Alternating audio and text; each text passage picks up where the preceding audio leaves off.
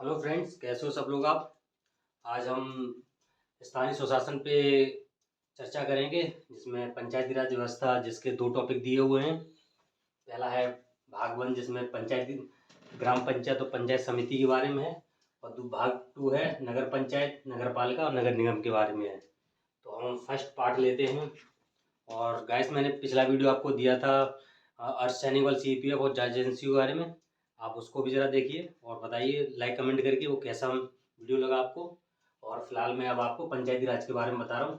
और गाइस, मैं इंपॉर्टेंट ही बताऊंगा, ज़्यादा लंबा ना बता के, इंपॉर्टेंट ओनली जो एग्जाम में आता है। तो इसमें हम देखेंगे कि पंचायती राज व्यवस्था में पहला भाग 1 लेके चलेंगे, और भाग 2 हम दूसरे वीडियो में देंगे, ताकि ये ज़्यादा लेंदी ना हो। तो गाइस, हम पहला टॉपिक लेते हैं, ये वाला खा देते हैं इसीलिए, ताकि आपको देखने में प्रॉब्लम ना आए। और ये देखिए, भाग 1 में ग्राम पंचायत, पंचायत समिति, जिला पंचायत पंचायत वगैरह हम इसके बारे में बताएंगे।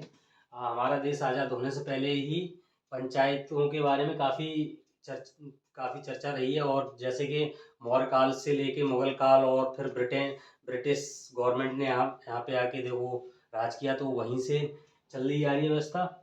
मैं आपको ये भी बता दूं कि जो हमारे राष्ट्रपिता महात्मा गांधी हुआ करते थे, वो भी काफ़ी ग्राम स्वराज की अवधारणा पे जोर दिया करते थे। ग्राम स्वराज, ये पूछा जाता है कि ग्राम स्वराज की अवधारणा किसकी देन है, तो ये महात्मा गांधी जी की देन है। और मैं आपको ये बता दूं कि इसमें एक आर्टिकल है जो इम्पोर्टेंट है, जो हमेशा चलेगा। आप ये देख, इसमें जैसे कि ग्राम पंचायत के बारे में किस में दिया हुआ है, तो वो दिया हुआ आर्टिकल यानी अनुच्छेद 40 में। ये बेसिक है। और ये पूछा जाता है कि ये किस में रखा गया है, किस भाग में रखा गया, तो ये भाग 3 के नीति निर्देश तत्व, सॉरी गाइस, ये भाग 4 में रखा गया है। ये नीति निर्देश तत्व जिन्हें बोलते हैं DPSP, direct principle state of policy, इसमें रखा गया ये। अब चलिए, हम आपको पहले ले चल रहे हैं। जैसे कि मैं इसकी थोड़ी हिस्ट्री बता दूं, पंचायती राज व्यवस्था की मैंने आपको जैसे बताया कि ये मौर्य काल से ही रही है व्यवस्था। स्थानीय स्वशासन आपको मौर्य काल में मिलेगा। जैसे कि पूछा जाता है कि ये कौन से काल में, जैसे मौर्य काल, गुप्त काल और गुप्तोत्तर, तो इसमें पूछा जाएगा तो मौर्य काल। उसके बाद देखिए आते हैं हम, फिर मुगल काल में भी यही व्यवस्था चालू रही।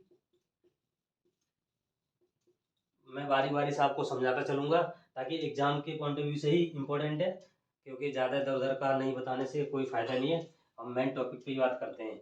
मुगल काल के बाद तो फिर आपको पता अंग्रेज आए थे, तो अंग्रेजों के काल में भी ये व्यवस्था जारी रही।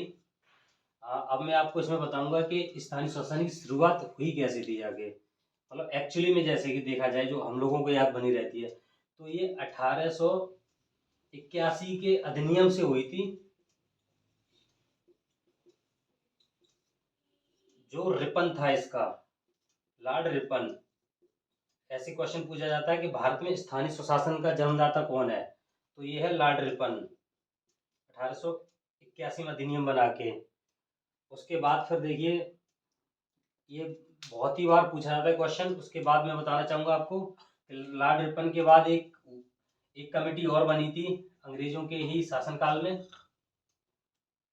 वो कमेटी थी CEH हाउ। ये कमेटी बनी थी 1907। जो स्थानीय स्वशासन पे कमेटी बनाई गई थी, इसको रिपोर्ट देनी थी कि कैसे यहाँ पे लागू किया जाए। हालांकि 1881 में बन तो उस अधिनियम बन चुका था, मगर ठीक तरीके से लागू नहीं किया गया था।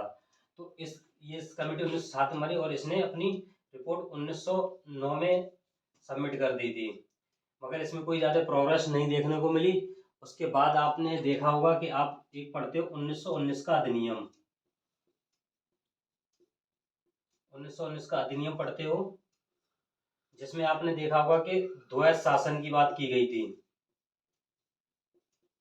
राज्यों में द्वैध शासन लागू किया गया था। और मैं आपको इसमें एक चीज बताना चाहूंगा कि जो द्वैध शासन का जन्मदाता था एक्चुअली में, वो लियोनार्ड कार्टिस था जाके।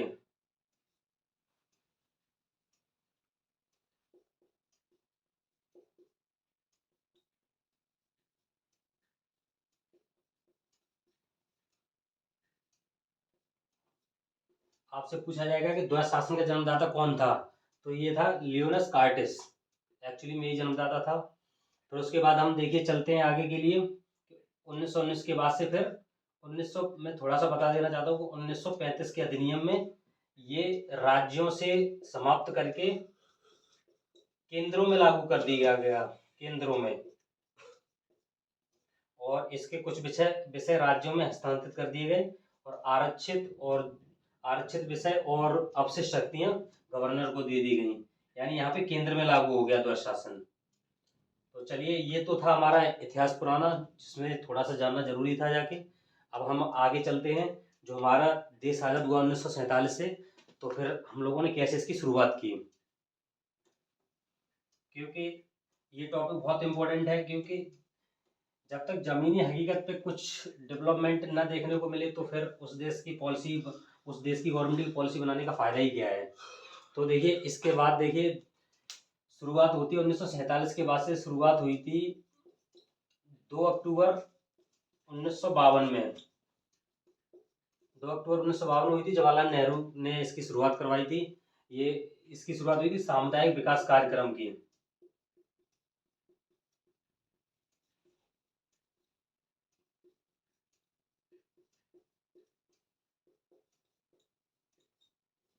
ये सामुदायिक विकास कार्यक्रम की शुरुआत हुई, मगर ये एक्चुअली में ये सिर्फ अफसरशाही और नौकरशाही में ही फंस के रह गया, और ये कार्य सफल नहीं हो पाया। तो उसके बाद फिर मैंने आपको एक कमेटी लिखी हुई है, बलवंत राय मेहता कमेटी, ये बनाई गई। मगर मैं ये बता देना चाहता हूँ, ये जवाहरलाल नेहरू ने ही बनाया था इसका।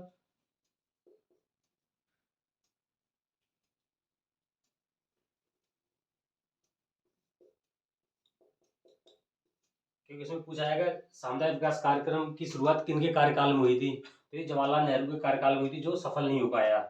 उसके बाद बलवंत राय मेहता कमेटी 1956 में बनी। गाइस थोड़ा सा माफी चाहते, क्योंकि हमने आपको ये नहीं बताया कि स्थानीय स्वशासन में पंचायती राज व्यवस्था की, जैसे कि बोलते नहीं है कि अभी आपसे पूछ ले पंचायती राज व्यवस्था क्या है, तो मैं आपको ये बता देना चाहूँगा कि स्थानीय धरातल पर विकेंद्रीकरण करने के लिए और वहाँ के व्यक्तियों को अपनी खुद की समस्याओं को सॉल्व करने के लिए ये इस पंचायती राज व्यवस्था लाई गई थी। जिससे कि कहते नहीं है कि बेसिकली चीज़ देखो, स्थानीय जो मतलब फील्ड में होती है वही लोग जानते हैं, तो इसलिए ये चीज़ होती है। तो अब इसमें जब ये सामुदायिक विकास कार्यक्रम सफल नहीं हो पाया, तो उसके बाद बलवंत राय मेहता कमेटी देखो गठित की गई 1956 में, जिसने अपनी रिपोर्ट 1957 में सबमिट कर दी। इसने क्या किया था कि त्रिस्तरीय पंचायत की बात की थी। ग्राम स्तर पर ग्राम पंचायत,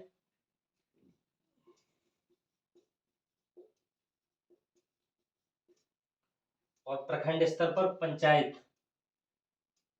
समिति,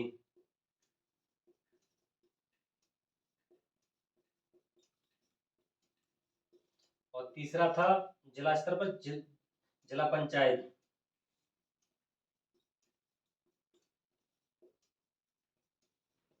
ये 3 थी।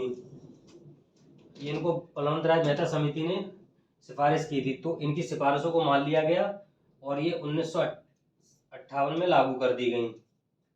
और मैं इसमें एक चीज बताना चाहूंगा, इनको लागू कौन करता था, एक एनडीसी बोलते, जिसको नेशनल डेवलपमेंट काउंसिल हुआ करती थी, वो इसको अनुमोदित यानी इम्प्लीमेंटेशन करती थी। तो ये जवाहरलाल नेहरू के शासनकाल में ही देखो बनाई गई थी। तो मैं आपको ये बता दूं, जो ये त्रिस्तरीय पंचायत थी सबसे पहले लागू कहाँ हुई थी, ऐसे पूछा जाता है। आपने ज्यादातर किताबों में पढ़ा होगा कि ये नागौर जिला, राजस्थान के नागौर डिस्ट्रिक्ट में लागू किया गया था। मगर इससे पहले भी आपने देखा होगा कि आंध्र प्रदेश में लागू हो चुका था। आंध्र प्रदेश के कुछ हिस्सों में लागू हुआ था, जो कि सफल नहीं हुआ। तो अगर शुरुआत देखी जाए, तो जवाहरलाल नेहरू ने राजस्थान के नागौर डिस्ट्रिक्ट से शुरुआत की थी, जो कि 2 अक्टूबर 1958 को इसकी पहली शुरुआत हुई थी। फिर उसके बाद से ये आंध्र प्रदेश, तमिलनाडु, मध्य प्रदेश, बिहार, वेरियस स्टेटों में लागू कर दिया गया धीमे धीमे करके। अब इसके बाद देखिए चलते हैं, इसने त्रिस्तरीय बात की थी, ये तो हो ही गया जाके। और हाँ, ऐसा क्वेश्चन पूछा जाता है ये पंचायत राज व्यवस्था का शिल्पीकार वास्तुकार किसे कहा जाता है, तो ये बलवंत राय मेहता को कहा जाता है। वास्तुकार हो गया, शिल्पकार हो गया, इस तरीके से ऐसे क्वेश्चन पूछा जाता है। तो अब मैं आपको कमेटियां बारी बारी बताऊंगा, क्योंकि कमेटियां आप बहुत सारी ऐसी कमेटियां जो किताबों में नहीं दी जाती, वो भी मैं आपको बता दूंगा, और ये काफ़ी मैंने लिख रखी हैं। बारी बारी इनके बारे में बताऊंगा कि क्या क्या पंचायती राज व्यवस्था में चेंजेस किए गए थे। चलिए, मैंने आपको एक कमेटी तो बताई थी, बलवंत राय मेहता कमेटी के बारे में। अब हमारी दूसरी कमेटी है अशोक मेहता कमेटी, जो 1977 में बनी थी। इसने दो स्तरीय पंचायती राज व्यवस्था की बात की थी, जो कि सफल नहीं हो पाया। इसकी सिफारिशों को अमान्य घोषित कर दिया गया था। सिर्फ इसने जिला स्तर पर जिला पंचायत और मंडल स्तर पर मंडल स्तरीय समिति की बात की थी। और इसने एक सिफारिश और की थी कि इसमें जितनी राजनीति पार्टियां हैं उनको खुले चिन्हों के आधार पर पार्टिसिपेट करने का मौका दिया जाए, जो कि इसकी सिफारिशों को अमान्य घोषित कर दिया गया। तो इसमें पूछा जाएगा आपसे कि वो कौन सी कमेटी है जो देखो दो स्तरीय पंचायती राज व्यवस्था के लिए सिफारिश की थी। वो थी अशोक मेहता समिति, जिसकी जो रिकमेंड हुई थी 1987 में, वो सॉरी 1977 में, 1977 में। अब इसके बाद हमारी नेक्स्ट कमेटी आती है पीवी के राव, जो 1985 में कमेटी बनी थी। इस कमेटी की खास बात ये थी जाके कि इसने एससी और एसटी महिलाओं का आरक्षण की बात की थी।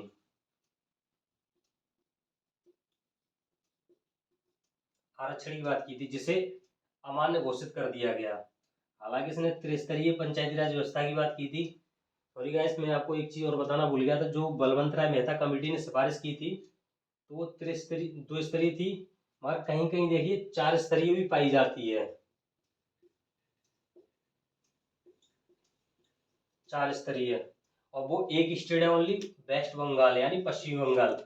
एक पश्चिमी बंगाल ऐसा है जहाँ 4 स्तरीय व्यवस्था पाई जाती है। अदरवाइज सब जगह त्रिस्तरीय और कहीं कहीं 2 स्तरीय भी पाई जाती है, जबकि उनकी सिफारिश मानी नहीं गई थी। तो मैं आपको ये बताना चाहूंगा कि ये SC ST आरक्षण की बात की, जो इसको मना कर दिया गया था। तो आप इसको देख लीजिए, ये पीवी की राव समिति बनी थी 1985 में, और इसकी SC ST व्यवस्था को देखो, जो आरक्षण की बात की थी वो कैंसिल कर दिया गया था। उसके बाद हम देखते हैं नेक्स्ट कमेटी देखते हैं, मगर इसमें थोड़ी बहुत और बातें हैं जो मैं बताना चाहूँगा आपको। जैसे कि इसने, चलिए ठीक है, कोई नहीं, हम अब चौथी कमेटी भी चलते हैं, जो है कि LM सिंघवी, जो 1987 में बनी थी। हाँ, मैं आपको ये बताना चाह रहा था कि ये पीवी के राव जो समिति थी 1985 में, इसने वित्त की व्यवस्था की बात और की थी। वित्तीय व्यवस्था।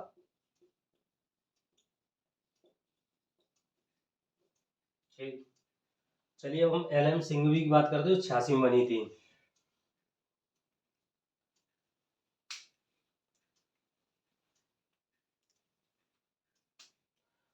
इसमें क्या था गाइस कि LM सिंघवी कमेटी 1986 बनी थी।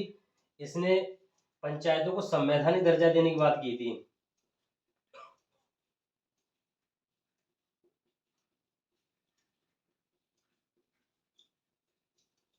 संवैधानिक दर्जा, इसके लिए क्या है कि ये राजीव गांधी के कार्यकाल में बनी थी। तो ये इसमें एक चीज पूछी जाती है कि 64वां जो संविधान संशोधन आया था,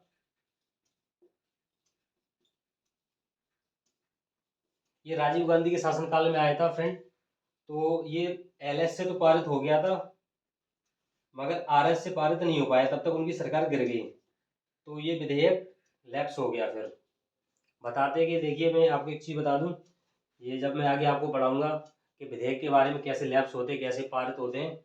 अगर कोई विधेयक, हम शॉर्ट में बता दे रहे हो, कोई विधेयक अगर LS यानी लोकसभा से अगर टच हो जाता है, और और देखो लोकसभा विघटित हो गई, तो वो विधेयक लैप्स हो गया, मतलब समाप्त हो जाता है।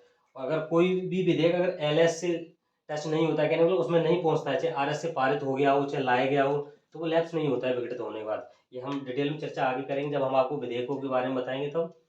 तो ये विधेयक पूछा जाता है कि 64वां संविधान संशोधन विधेयक किसके कार्यकाल में लाया गया और किस कमेटी की उस पर लाया गया था, तो वो थी एल.एन. सिंघवी की कमेटी पर। और इसमें ये और पूछा जाता है कि एल.एन. सिंघवी और ये पंचायतों को संवैधानिक दर्जा देने की किस कमेटी की सिफारिश पे किया गया था, तो ये किया गया था एल.एन. सिंघवी की इस कमेटी की सिफारिश पर। चलिए हम नेक्स्ट कमेटी की बात करते हैं। जैसे कि आप देख रहे होंगे इसमें पी.के. थुंगन कमेटी लिखी हुई है। एक पी.के. थुंगन समिति है जो 1988 में आएगा, 1988 में आई थी। तो इसने क्या किया था, सॉरी गाइस मैं आपको बताना चाह रहा हूँ कि मैं थोड़ी गलती होगी, इसके लिए माफी चाहता हूँ। कि जो मैं आपसे 64वां संविधान संशोधन विधेयक की बात की थी, वो इसमें पी.के. थुंगन कमेटी में था 1988 में जो आया था। हाँ ठीक है सर, मैंने वही बताया, कोई बात नहीं, थोड़ा सा मिस्टेक हो गया, ध्यान से उतर गया था। अब हम चलते हैं आगे। कमेटी बनी थी एक संथानम कमेटी बनी थी 1963 में। इसके बारे में कोई ज़्यादा चर्चा होती नहीं है, फिर भी मैंने आपको मैचिंग के लिए बता दिया। और एक बनी थी सादे अली 1964 में। यहाँ तक तो आपको ज़्यादातर गाइस मिल जाती हैं कमेटियाँ किताबों में लिखी, मगर एक कमेटी बनी थी हीरालाल समिति जो यूपीए गवर्नमेंट ने बनाई थी। इसकी कोई खास सिफारिश नहीं थी, तो इसकी सिफारिश लागू नहीं की गई, इसके सिफारिशों को अस्वीकार कर दिया गया था। तो ये इतनी कमेटियां थी वो बनी थी। तो इसमें हमेशा अक्सर कर मैच करने के लिए पूछा जाता है कि कब कब कमेटियां बनी थी और किस कमेटी ने क्या सिफारिश की थी। जैसे बलवंत राय मेहता कमेटी ने त्रिस्तरीय की बात की थी, अशोक मेहता ने द्विस्तरीय की बात की थी, पी.वी. के राव ने देखो 3 स्तरीय की बात की थी। और ये इसमें क्या कहते हैं आरक्षण की बात की। एल.एम. सिंघवी भी बनी थी जिसमें वित्तीय समावेशन की बात की। तो पी.के. थुंगन ने पी.के. थुंगन ने देखो 64वां संविधान संशोधन विधेयक लेके आए। और ये जो आपको 2 कमेटियां दी थी संथानम और सादिक अली, ये अक्सर कर पूछा नहीं जाता पर पूछ लिया जाता है कि निम्न में से कौन कौन सी कमेटी पंचायती राज व्यवस्था बनी थी। एक हीरालाल कमेटी बनी थी जो आजकल चर्चा में है, क्योंकि ये हमारे हीरालाल पंचायती राज मिनिस्टर हुआ करते थे, उनका अभी हाल फिलहाल में डेथ हुआ है। तो हो सकता है कि यूपीएससी और पीसीएस इस पे क्वेश्चन पूछ ले जाके, जैसे कि पूछ ले इसमें कि निम्न में से कौन सी समितियां पंचायती राज व्यवस्था पे बनी है, तो वो इतनी इसमें हीरालाल भी डाल देगा। तो आप लोग गैस कंफ्यूज हो जाओगे कि ये कमेटी तो है ही नहीं जाके, और एक्चुअली में एक यूपीए गवर्नमेंट में बनी थी जो अभी पंचायती राज मिनिस्टर थे उनकी डेथ हो गई, तो इस वजह से ये कमेटी इंपॉर्टेंट हो जाती है। चलिए अब हम कुछ आर्टिकल के बारे में चर्चा कर लेते हैं, क्योंकि आर्टिकल बहुत इंपॉर्टेंट हो जाते हैं। और मैं ये भी बता दूं आपको कि जो पंचायती राज व्यवस्था को जो संवैधानिक दर्जा मिला था वो कब मिला था और कैसे मिला था, क्योंकि यहाँ तक तो बात थी जाके पंचायतों का सफर। अब आगे देखते हैं कि इसके 4 चांद कैसे लगे वो हम आपको बता दें। आपको मैंने बताया था कि इस गवर्नमेंट में देखिए पी.के. थुंगन में देखो 1988 में राजीव गांधी की सरकार में 64वां संविधान संशोधन विधेयक लाया गया था, जो कि कोलैप्स कर गया लोकसभा विघटित होने के बाद। फिर ये वैसे ही रहा। फिर 1993 में पी.वी. नरसिंहा राव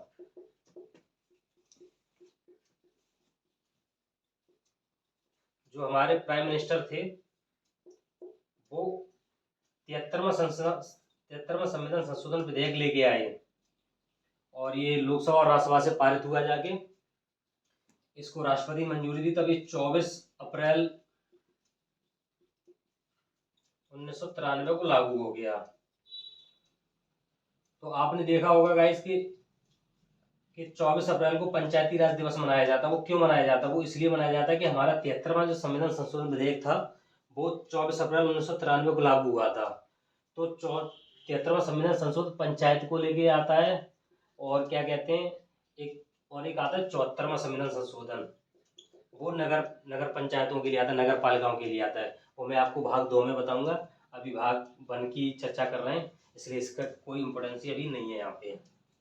तो 73वां संविधान संशोधन इस तरीके से लागू हुआ था गाइस, मैंने आपको बता दिया जाके। 73वां संविधान संशोधन के बारे में पूछे कब लागू हुआ और पंचायती राज व्यवस्था क्यों मनाया जाता है, वो भी मैंने आपको बता दिया।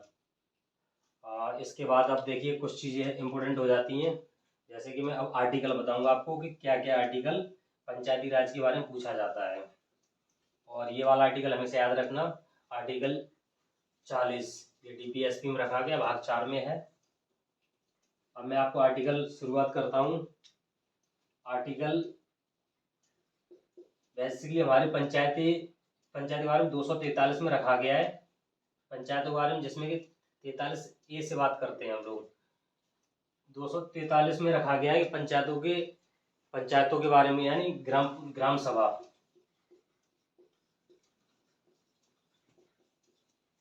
फिर हमारा 243B में रखा गया है इसके गठन के बारे में, ये पूछ लिया जाएगा। फिर C में रखा गया है हमारा संरचना। फिर D में रखा गया है आरक्षण। गाइस आप इन चीजों को याद रखना, आरक्षण रखा गया है। और ई में, अब मैं आपको बता दूं, ई में रखा गया है कार्यकाल। देखिए इसमें क्या है कि आरक्षण के बारे में ज्यादा पूछ लेता है, गठन के बारे में पूछ लेता है और कार्यकाल के बारे में पूछ लेता है। ये बिहार पीसीएस, यूपी पीसीएस में काफी बार पूछा गया है। अब आ जाइए एफ के बारे में, यानी आपको ये 243 की चल ही रहे, एफ में इसकी शक्ति के बारे में। अब सबसे इंपॉर्टेंट है इसमें आई के बारे में, इसमें वित्त आयोग है।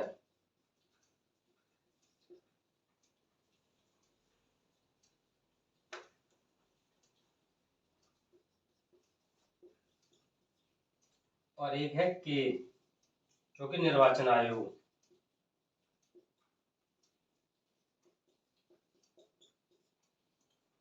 ठीक है, ए में ग्राम सभा, बी में गठित 243 और 243C में संरचना, 243D है, ये इंपॉर्टेंट है, याद रखना।